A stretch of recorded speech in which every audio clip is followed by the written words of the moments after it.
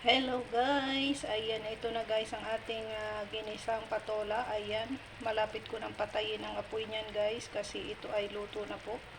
Luto na ang ating ginisang patola. Ayan, kumukulo-kulo na siya.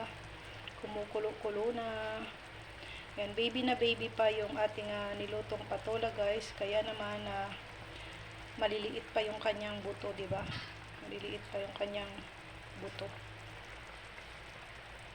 Ayan, ang sarap ng higop ng sabaw nito guys kasi ito ay, pag ako baga guys ay nagtitimpla ng ulam ay hindi masyadong mataas ang templada ng asin.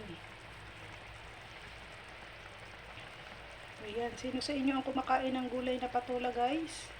Shout out sa mga marunong mag-ulam ng patola. Ayan, ang ating lahok ay laman ng manok, atay at saka yung kanyang puso guys. In-slice ko lang siya guys. In-slice natin ng maliliit yung ating inilahok na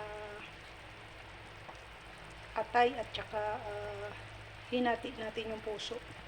Oo, hinati natin. Binibiak ko na talaga yun guys. Pag nag-iigi ako ng puso ng manok ay binibiak ko talaga siya. Pasensya na kayo, umuuboy-uboy. Binibiak ko talaga siya kasi inaalis natin yung dugo.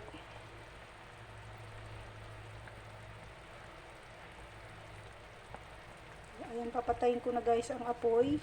At ang ating ulam na ginisang patola ay luto na. Ayan, luto na ang ating ginisang patola na napakasarap. Sarap ng higop ng sabaw nito guys kasi ito ay hindi masyadong maalat talaga yung lasa ng ating patola. Diba ang patola ay manamis-namis yan siya guys. Ayan, medyo dinami-damihan ko ng konti yung paminta. Kaya ayan, kita nyo medyo maitim-itim yung kanyang medyo may nagiitim-itim paminta yan guys kasi kumakain naman ng may paminta ang aking pamangkin. Ayan, sarap nitong ulamin sa kanin guys. Ayan, hindi ko na siya nilagyan ng iba pang sahog maliban sa ating chicken na atay, alaman at saka puso. Ayan, may siling haba tayo na inilagay. So ayan, ganyan lang kadali at kasimple magluto guys ba, kasi sabi nga ng iba mas masarap daw ang pagkain na lutong bahay. O tama nga naman guys, talagang agree naman ako doon. Talagang mas masarap ang pagkain tayo yung sarili talagang magluluto guys. Mas nai-enjoy natin kasi tansyado natin yung timpla nun. Hindi yan siya maalat, hindi rin naman matabang. Natatansya ba natin guys, no?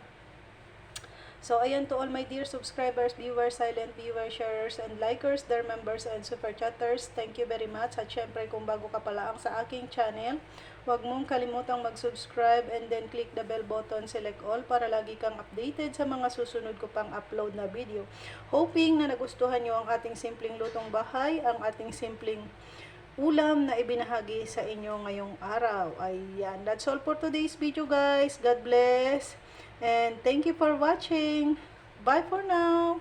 I love you all guys.